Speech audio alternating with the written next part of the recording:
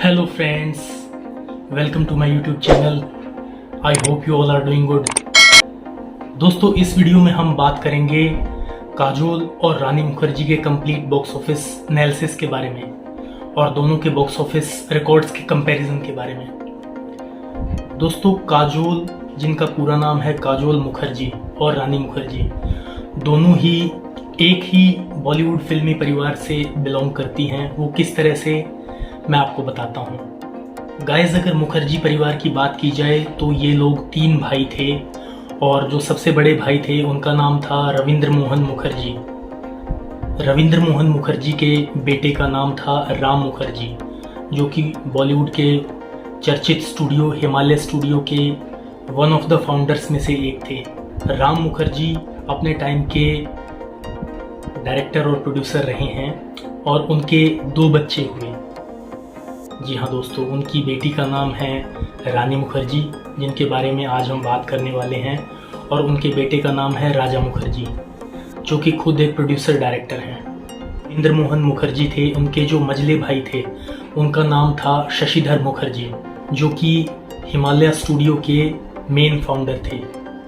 शशिधर मुखर्जी के 5 बेटे थे, रोनो मुखर्जी, देव मुखर्जी, जॉय मुखर्जी, सोमू मुखर्जी एंड सुबीर मुखर्जी। जो चौथे नंबर वाले बेटे थे एस काजोल और तनीषा, उनकी बेटियां हैं। सोमू मुखर्जी ने शादी की थी अपने ज़माने की मशहूर एक्ट्रेस शोभना समर्थ की छोटी बेटी तनुजा से। तो दोस्तों, ऑल इन ऑल काजोल और रानी मुखर्जी बॉलीवुड के मशहूर मुखर्जी फैमिली से बिलोंग करती हैं। और अब बात करते हैं इनके बॉक्स ऑफिस रिकॉर्ड्स के बारे में, इनके कैरियर एनालिसिस के बारे में। Let's start.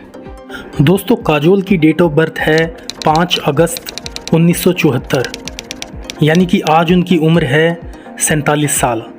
आपको जानकर हैरानी होगी कि काजोल एक स्कूल ड्रॉप आउट है। मतलब कि यदि हम क्वालिफ़िकेशन के हिसाब से देखें तो वो केवल 10वीं पास हैं। लेकिन दोस्तों, ये कोई नई बात नहीं है, क्योंकि बॉलीवुड का मशहूर कपूर ख़ानदान भी अनपढ़ होने के लिए मशहूर है। वैसे दोस्तों, आज के इस दौर में सिर्फ पढ़ाई लिखाई ही सब कुछ नहीं है। बहरहाल, काजोल ने डेब्यू किया था डायरेक्टर राहुल रवैल की फिल्म बेखुदी से, को स्टारिंग कमल सदाना। फिल्म फ्लॉप रही और काजोल अननोटिस्ड ही रह गई। दोस्तों, ये वो दौर था जब गोरी प्यारी और दिखने में खूबसूरत अभिनेत्रियां ही पर्दे पर हीरोइन बनती थी। लेकिन हम कह सकते हैं कि काजोल ने अपने एवरेज लुक्स लेकिन दमदार एक्टिंग के दम पर एक नया ट्रेंड सेट किया, और अब कमर्शियल हिंदी सिनेमा की हीरोइन भी सिर्फ ग्लैमर की गुड़िया बनकर ही नहीं रह गई थी। खैर, उसके बाद 1993 में काजोल की उस समय के उभरते हुए स्टार शाहरुख खान के साथ पहली बार जुगलबंदी हुई। फिल्म का नाम था बाजीगर, जो हॉलीवुड फिल्म अ किस बिफोर डाइंग से इंस्पायर्ड थी, और डायरेक्टर ड्यू अब्बास मस्तान, जो अक्षय कुमार के साथ तब तक खिलाड़ी जैसी हिट फिल्म बना चुके थे। एक और इंटरेस्टिंग फैक्ट ये है कि बाजीगर के लिए अब्बास मस्तान ने पहले सलमान खान को अप्रोच किया था, लेकिन डेस्टिनी उस फिल्म के ज़रिए शाहरुख और काजोल की मैजिकल ऑन स्क्रीन जोड़ी बना रही थी। फिल्म एक एंटी हीरो फिल्म थी और दमदार स्क्रिप्ट, अनु मलिक के हिट म्यूज़िक और शाहरुख काजोल की हिट जोड़ी के चलते फिल्म हिट रही और काजोल स्टार बन गई। उसके बाद यशराज फिल्म्स की ये दिल लगी, को स्टारिंग अक्षय कुमार और सैफ अली खान भी हिट रही। फिर साल आया 1995 का, जो काजोल के कैरियर और उनकी ज़िंदगी के लिए पूरी तरह से एक बदलने वाला साल था। साल की शुरुआत हुई डायरेक्टर राकेश रोशन की फिल्म करण अर्जुन से, जिसमें पूर्व जन्म का मसाला था शाहरुख काजोल की जोड़ी के अलावा शाहरुख सलमान की जुगलबंदी और राजेश रोशन का हिट म्यूज़िक था। फिल्म एक ब्लॉकबस्टर फिल्म साबित हुई और काजोल टॉप एक्ट्रेसेस की रेस में शुमार हो गई। फिर उसी साल ताकत, हलचल और गुंडाराज जैसी फिल्में फ्लॉप रही। उसी साल 1995 में 20 अक्टूबर का दिन था और सिनेमा घरों में लेजेंडरी डायरेक्टर और of my personal favourite Yash Chopra के बेटे आदित्य चोपड़ा की फिल्म दिलवाले दुल्हनिया ले जाएंगे लगी। फिल्म की हर चीज़ इतनी परफेक्ट थी कि पूरी फिल्म इंडस्ट्री, सिनेमा के जानकार और आम दर्शक जैसे दीवाने ही हो गए थे। ये फिल्म एक ऑल टाइम ब्लॉकबस्टर रही। कोविड-19 पेंडेमिक से ठीक पहले तक 1995 से मुंबई के मराठा मंदिर सिनेमा में लगातार चलाई जाती रही है। It is the longest running film in the history of Indian cinema. उसके बाद अगले साल 1996 में सैफ के साथ वाली बम्बई का बाबू और 1997 की अरविंद स्वामी के साथ वाली सपने फ्लॉप रही। 1997 में ही बॉबी देओल के साथ वाली फिल्म गुप्त हिट रही, जिसके लिए काजोल को फिल्म फेयर का best actor in negative role मिला, जो किसी फीमेल एक्टर के लिए पहली बार था। उसी साल नवंबर में दिल, बेटा और राजा जैसी हिट फिल्में बनाने वाले इंद्र कुमार की फिल्म इश्क आई, जिसमें काजोल की जोड़ी जमी अपने भावी पति अजय देवगन के साथ। साथ में थे आमिर खान और जूही चावला। फिल्म में काजोल ने पहली बार अपनी फ़नी साइड को एक्सप्लोर किया और दर्शकों को हंसाने में कामयाब रही। फिल्म सुपर हिट रही। फिर साल आया 1998 का और काजोल की जोड़ी जमी सलमान खान के साथ उनकी होम प्रोडक्शन फिल्म प्यार किया तो डरना क्या में। हिट म्यूज़िक, अच्छी स्टोरी और सलमान काजोल की खट्टी मीठी नोकझोंक से भरी ये फिल्म सिने दर्शकों को पसंद आई और फिल्म सुपर हिट रही। असल में 1998 का साल काजोल के लिए दोबारा एक मील का पत्थर साबित हुआ। उसी साल अजय देवगन के साथ प्यार तो होना ही था आई।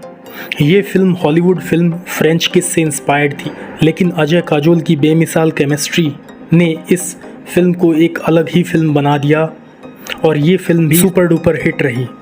उसके बाद उसी साल 1998 के अक्टूबर में कुछ ऐसा ही सिनेमाई करिश्मा हुआ जैसा 3 साल पहले दिलवाले दुल्हनिया ले जाएंगे के रूप में हुआ था। फिल्म का नाम था कुछ कुछ होता है और इसे डायरेक्ट किया धर्मा प्रोडक्शंस जैसे बड़े प्रोडक्शन हाउस के ऑनर यश जौहर के टैलेंटेड बेटे करण जौहर ने। फिल्म एक लव ट्रायंगल थी और दोनों मुखर्जी बहनें काजोल और रानी एक साथ थी और उनके साथ थे सुपरस्टार शाहरुख खान। फिल्म एक ऑल टाइम ब्लॉकबस्टर साबित हुई और आज भी इसे लोग टीवी पर बहुत चाव से देखते हैं। फिर 1999 में अनिल कपूर के साथ हम आपके दिल में रहते हैं जैसी सुपरहिट फिल्म दी। उसके बाद काजोल ने अपने लॉन्ग टाइम बॉयफ्रेंड और फैंटास्टिक को एक्टर अजय देवगन से 24 फरवरी 1999 में शादी कर ली। पूरी इंडस्ट्री उनके इस फैसले से दंग रह गई क्योंकि काजोल अपने करियर के पीक पर थी और ये वो दौर था जब शादी के बाद हीरोइन का करियर ख़त्म मान लिया जाता था। बहरहाल शादी के 2 साल बाद काजोल ने दोबारा वापसी की अपने दोस्त करण जौहर की multi starrer magnum opus family drama film कभी खुशी कभी गम से। काजोल का जादू फिर से लोगों के सिर पर चढ़कर बोलने लगा। फिर काजोल फिल्मों में एक्टिव तो रही लेकिन बहुत ही चूज़ी हो गई। 4 साल के इंतज़ार के बाद उनकी फिल्म आई यशराज फिल्म्स की film Fanaa, co-starring mega star Aamir Khan. Film Fanaa भी सुपर हिट रही। फिर अगली फिल्म आई उनके पति अजय देवगन के साथ, उन्हीं की होम प्रोडक्शन फिल्म यू मी और हम, जो हॉलीवुड फिल्म द नोटबुक से इंस्पायर्ड थी और इसे डायरेक्ट भी अजय देवगन ही कर रहे थे। फिल्म दर्शकों को पसंद नहीं आई और फ्लॉप रही। फिर 2010 में शाहरुख खान के साथ वाली Karan Johar directed film my name is Khan आई, जो हिट रही। फिर 2010 में ही वी आर द फैमिली आई, जो कि एक फ्लॉप फिल्म रही। फिर 5 साल के इंतज़ार के बाद रोहित शेट्टी ने एक बार फिर शाहरुख खान के ऑपोजिट काजोल को कास्ट किया। फिल्म थी दिलवाले, जो पहले वाला जादू नहीं दिखा पाई और एक सेमी हिट फिल्म साबित हुई। उसके 5 साल बाद यानी पिछले साल 2020 में कोविड पेंडेमिक से ठीक पहले अपनी होम प्रोडक्शन फिल्म तानाजी में अपने पति अजय देवगन के साथ दिखी, जो बॉक्स ऑफिस पर एक ब्लॉकबस्टर फिल्म रही। उसके बाद कोविड पीरियड में ही शॉर्ट फिल्म देवी और नेटफ्लिक्स ओरिजिनल फिल्म त्रिभंगा में दिखाई दी। दोस्तों, इस हिसाब से उनकी लास्ट थिएटिकल रिलीज़ मानी जाएगी फिल्म तानाजी। दोस्तों, अब बात करते हैं नंबरों की। काजोल की टोटल फिल्म्स हैं 32, ब्लॉकबस्टर या ऑल टाइम ब्लॉकबस्टर फिल्में हैं 5, सुपर हिट फिल्में हैं 5, हिट या सेमी हिट फिल्में हैं 5, एवरेज, बिलो एवरेज या अबव एवरेज फिल्में हैं 0 और उनकी फ्लॉप फिल्में हैं 17। तो इस तरह से उनका सक्सेस रेट हुआ 46.87%। दोस्तों, अब बात करते हैं रानी मुखर्जी की। रानी की डेट ऑफ बर्थ है 21 मार्च 1978, यानी आज उनकी उम्र है 43 साल। रानी मुखर्जी मुंबई की SNDT वुमेंस यूनिवर्सिटी से होम साइंस में ग्रेजुएट हैं और एक ट्रेंड ओडिसी डांसर हैं। रानी ने डेब्यू किया था 1996 की फिल्म राजा की आएगी बारात से, को स्टारिंग शादाब खान, जो veteran character artist Amjad Khan के बेटे थे। इस हिसाब से देखें तो रानी मुखर्जी काजोल से उम्र में भी और फिल्म डेब्यू के मामले में भी पूरे 4 साल जूनियर हैं। बहरहाल उनकी पहली फिल्म राजा की आएगी बारात एवरेज रही, लेकिन रानी ने उस फिल्म से ही साबित कर दिया था that she is a performer. फिर 2 साल के बाद 1998 में विक्रम भट्ट की थ्रिलर फिल्म गुलाम आई, को starring superstar Aamir Khan. Additionally मैं आपको बताना चाहता हूं कि ये फिल्म हॉलीवुड की classic film on the water front से खासी इंस्पायर्ड थी। खैर फिल्म हिट रही। उसके बाद उसी साल अपनी कज़िन काजोल के साथ उनकी फिल्म आई कुछ कुछ होता है, जो एक ऑल टाइम ब्लॉकबस्टर रही, को स्टारिंग सुपरस्टार शाहरुख खान। इसमें रानी ने वो सपोर्टिंग रोल किया जो ट्विंकल खन्ना, उर्मिला और रवीना जैसी एक्ट्रेसेस रिजेक्ट कर चुकी थी। उसके बाद उनकी फिल्म आई मेहंदी, जो कुछ खास नहीं चली।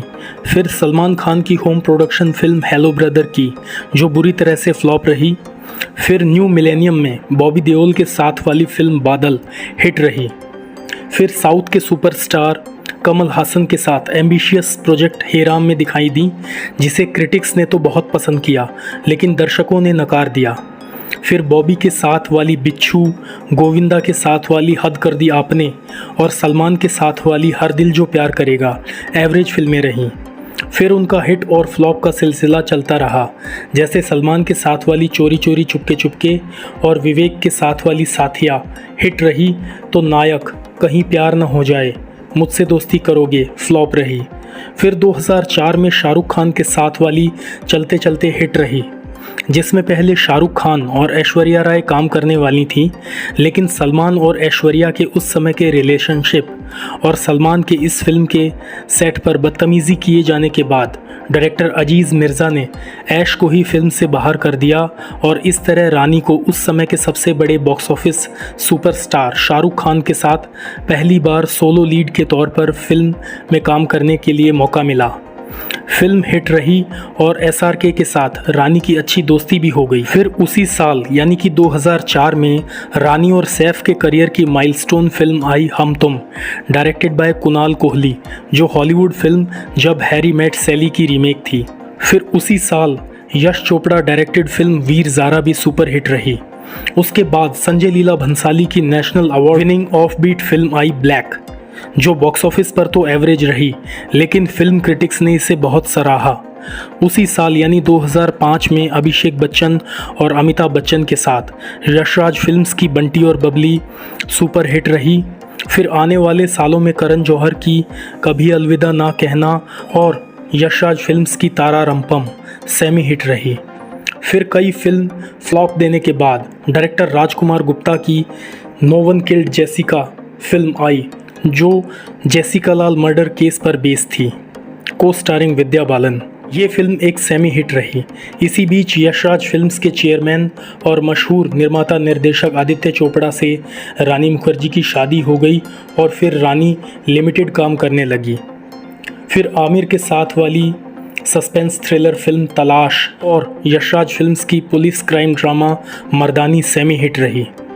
फिर 4 साल के गैप के बाद 2018 में यशराज फिल्म्स की हिचकी आई, जो कि एक हिट फिल्म रही। उनकी लास्ट फिल्म थी 2019 की फिल्म मर्दानी 2, जो यशराज फिल्म्स ने ही प्रोड्यूस की थी।